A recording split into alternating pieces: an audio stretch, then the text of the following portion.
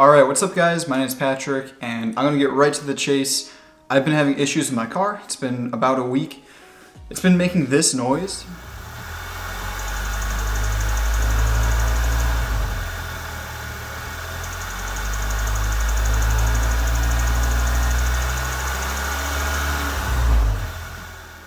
So that's a weird noise, right?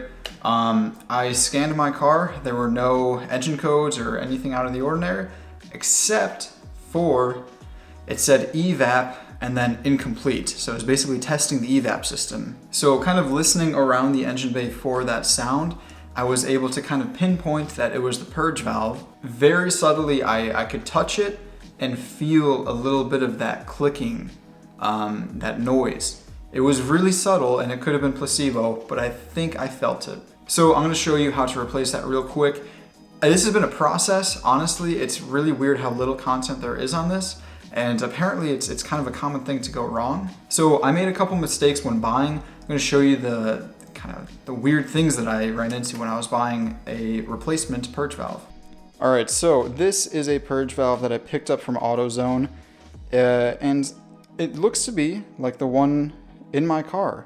However, upon closer inspection, when I look at the sensor, it's way too large. It's entirely different from the stock unit on my car. Now, I don't know if there's discrepancy between the years of the Mark 6 generation, but everything, I should say like 90% of what I saw online had this larger style sensor. Now, the sensor size that I actually have is this. It's a little bit smaller. If I put them next to each other, you can tell the size difference. Now, this is much harder to find, and hopefully, if you're having this issue, hopefully your sensor size is this one, because I had a fucking pain of a time trying to find this guy. So I'll put the link to this one in the description. I got this on Amazon, and it came with all of the extra hoses, but I'm actually going to be taking that off and only replacing this unit, and you'll see why I'm going to only replace this unit. If you do all the hoses, it's a much more intensive process than this, because a lot of these hoses are under the intake manifold. I think it's this guy, and I don't want to deal with that tonight, so I'm just going to replace this guy, and hopefully that fixes the issue. So some people actually get engine codes that pop up when this starts failing. I didn't, so I'm not really sure what the symptoms are. I will say it seems like my car is a lot slower than usual, and I know it's a stock Mark 6 GTI, so it's already pretty slow, but it feels even worse than usual.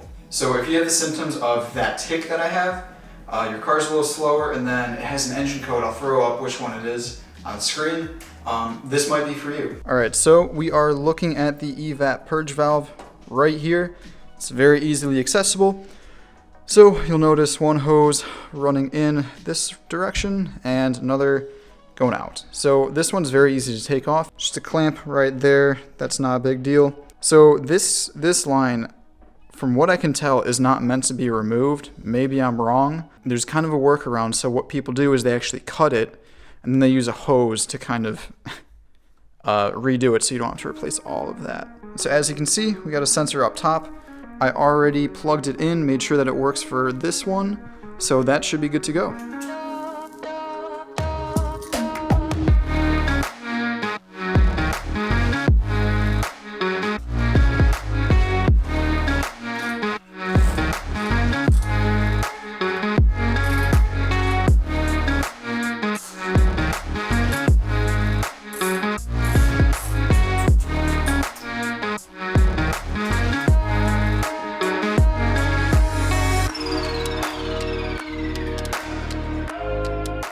So excuse the messy area, I have a lot of paper towel left over.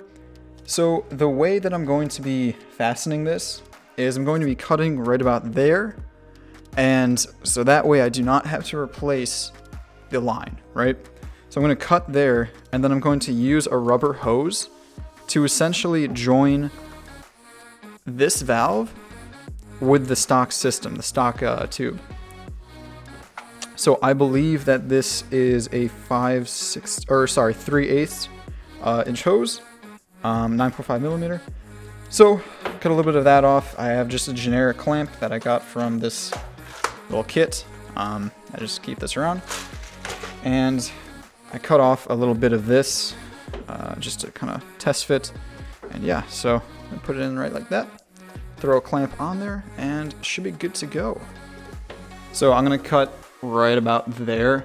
That way this is kind of like the straightest section that I can kind of get at. I don't want to do anything with this bend, so I'm gonna kind of just try to cut right in the middle of there.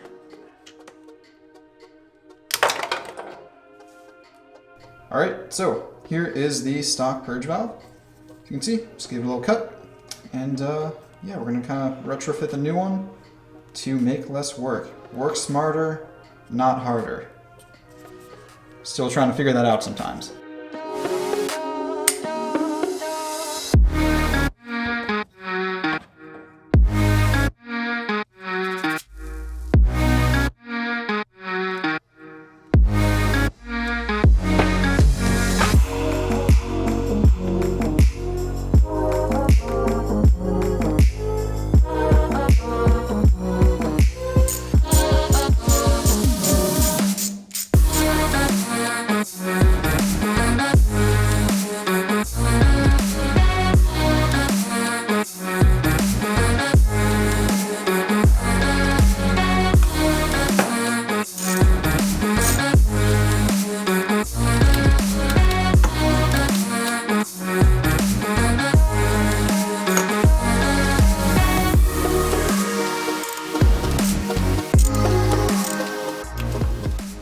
Okay, so I've got the hose tightened down. It should be airtight. I'm going to do like a soapy water test when the car started up. I cranked it down as hard as I could, and I don't think I can do much better than this. So if it does leak, I'll be very, very sad. Next up on the list is just plugging in the connector and that hose. So that's pretty easy.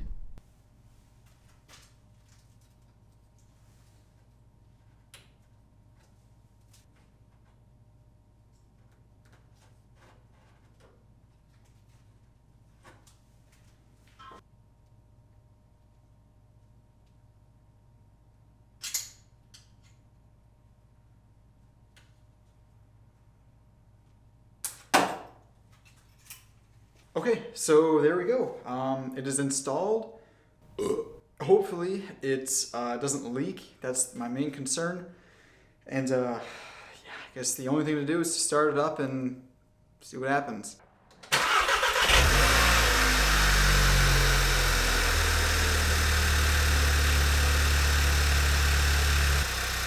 All right, it looks like there's no leaks, so let's take it for a drive.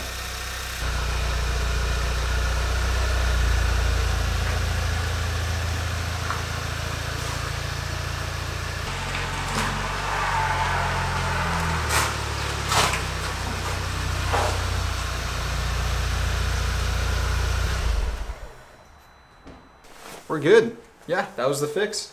It actually idles smoother now. That's one thing that I kind of noticed right off the bat. Power's all the way back there, and yeah, none of that ticking noise, so it's good. Yeah, if you guys have any questions, let me know. I'll put, again, the part numbers, or not the part numbers, the link to where I got the Evap Purge valve on Amazon. So feel free, grab that, and yeah, have a good one.